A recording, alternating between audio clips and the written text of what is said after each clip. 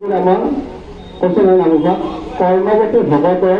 ইয়াতে প্ৰগতি হৰি দুৰ্বাসন হৰে সমস্ত নহয় জানো জলৰ গতে কমাব জ্ঞান সৰতকালে স্বভাৱতে নিৰ্মল সৰল এইটো স্বভাৱ শৰৎকালৰ স্বভাৱ নহয় জানো ঠিক তেনেকৈ হৰি কীৰ্তন শুনাওঁতে কি হয় আমাৰ মনত থকা আধ্যাত্মিকতা চিন্তা বাঢ়ি যোৱাৰ লগে লগে মনত থকা কি হয় কুভাৱবিলাক আঁতৰি যায় যাৰ প্ৰভাৱত আমাৰ কি হয় স্বচ্ছতা মনলৈ স্বচ্ছতা আহি যায় অৰ্থ সত্য নিৰূপণ হয় গতিকে আমি এনেকুৱা এটা ভাৱ লৈ নামকে আমি কেন্দ্ৰীয় ধ্বনি লৈ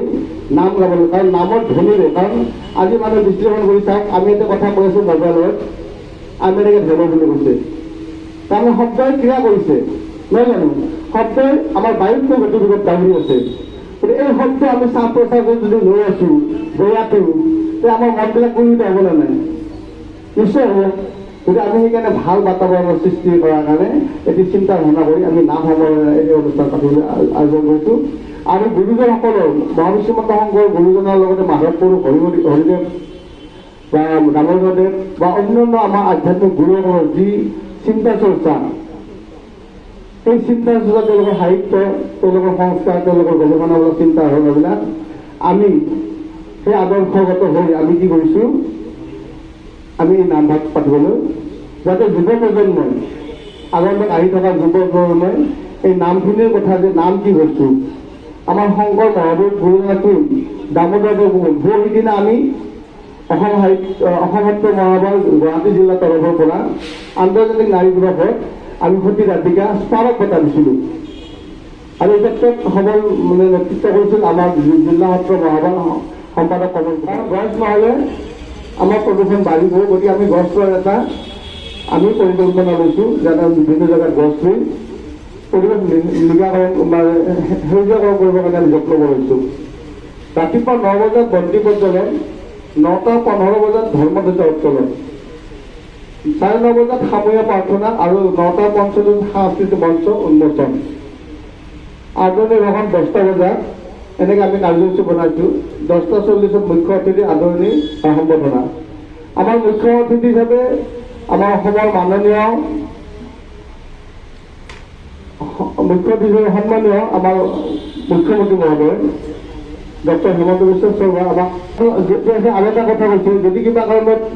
কাৰণ এতিয়া নিৰ্বাচনৰ বতৰ মই যদি আইনখানি যাব লগা হয় তেতিয়া কিবা যাব নোৱাৰিলে আপোনালোকে মোক ক্ষমা কৰিব আৰু লগতে সকলো আইমাতৃক মই অভিনন্দন পত্ৰ হিচাপে তেওঁলোকক মই শুভেচ্ছা জ্ঞাপন কৰিম সেইটো কথা দিছে কিন্তু আৰু এই অনুষ্ঠানত আমাৰ থাকিব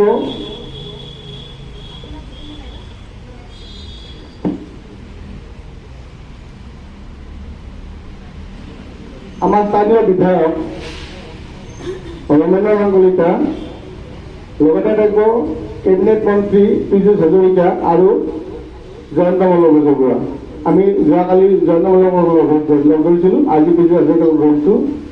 দুজনে কথা দিছে অনুষ্ঠানত থাকি গ'ল আমাৰ ভাল লাগিছে তেওঁলোকে আমাৰ বিশিষ্ট অতিথি হিচাপে তেখেতে আসন অলংকৃত কৰিব আৰু এই অনুষ্ঠান থাকি আমাৰ যিসকল ব্যক্তিয়ে বিভিন্ন ধৰণে আমাৰ সহায় সহযোগিতা পৰামৰ্শ দি আগবাঢ়িছে তেখেতসকলক আমি সম্বৰ্ধনা জনাম লগতে বাকীখিনি কথা আমাৰ কমল কুমাৰে সুন্দৰভাৱে বুজাই দিব যে হৰিৰ নামৰ যি প্ৰতিধ্বনি শব্দ পৰম ব্ৰহ্ম কৈছে শব্দ হৈছে পৰম ব্ৰহ্ম শব্দই আমাৰ দেখিছোঁ আজি সমাজ জীৱনত মানুহে পৰিণত হৈছে বা প্ৰদূষণ হৈছে আজি গছ গছনি কাটি বা পৰিৱেশ বিনষ্ট ঘটিছে আমি গছ ৰোপণ নকৰোঁ ফুলৰ টাব ৰোপণ কৰোঁ বেছিকৈ হয় নে নহয় আমি বিভিন্ন গছ ৰুব লাগে আমি নোৰোওঁ আমি ফুলৰ টাব ৰুওঁ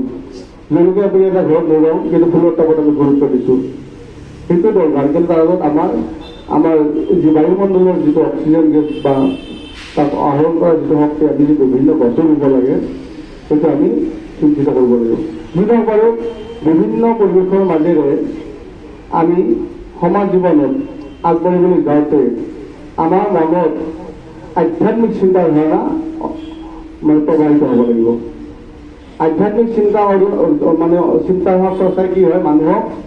শক্তি আত্মজ্ঞানী আত্মবিশ্বাসী কৰিব পাৰে আৰু তেতিয়া বেয়া কাম কৰিবলৈ তেওঁলোকে আগবাঢ়ি যোৱাত কুণ্ঠাবোধ কৰে আৰু তাৰে এটা আহিলা হিচাপে মহাপুৰুষ শ্ৰীমন্ত শংকৰ গুৰুজনাৰ যি আদৰ্শ, সেই আদৰ্শত নামঘৰ সত্ৰ প্ৰতিষ্ঠিত হৈছিল আৰু সেই নামঘৰত নামেই চলিছিল। নাম হৈছে তেনেকৈ প্ৰদূষণ হ'লে মানুহ বেমাৰ হয়, নলা নৰ্দমা জাবৰ জোঁথৰ হ'লে যেনেকৈ জমা হৈ বানপানীৰ সৃষ্টি হয়, ঠিক তেনেকৈ মানুহৰ মনত যদি প্ৰদূষণ হয়, বেয়াভাৱে চিন্তা হয়, কাম, ৰোগ, লোভ, মোহ, ইচ্ছা, অহংকাৰ এইবিলাক জাত বেছিকৈ বাঢ়ি যায়, ভোগবাদী জীৱনটো যদি বেছিকৈ বাঢ়ি যায়, তেতিয়া মানুহে দুষ্কাৰ্য পালন কৰিবৰ কাৰণে কুণ্ঠাব নকৰে, বেয়া কাম কৰিবলৈ গুচি যায়। তাৰ প্ৰতিফলন আপোনালোকে দেখিছে ঘৰে ঘৰে আজি কি হৈছে, বৃদ্ধ মাতৃ মাতৃক বা পিতৃ মাতৃক ৰাস্তাত এৰি থবৰ কাৰণে কুণ্ঠা সংসাৰ হিন্দু হেনয় কৃপালু শংকৰ বিনাই নাহি নাহিয়ান বন্ধু ৰাম নাহি নাহিয়ান বন্ধু। জয় জয়তে জয় জয়তে মই পৰম পিতা পৰমেশ্বৰ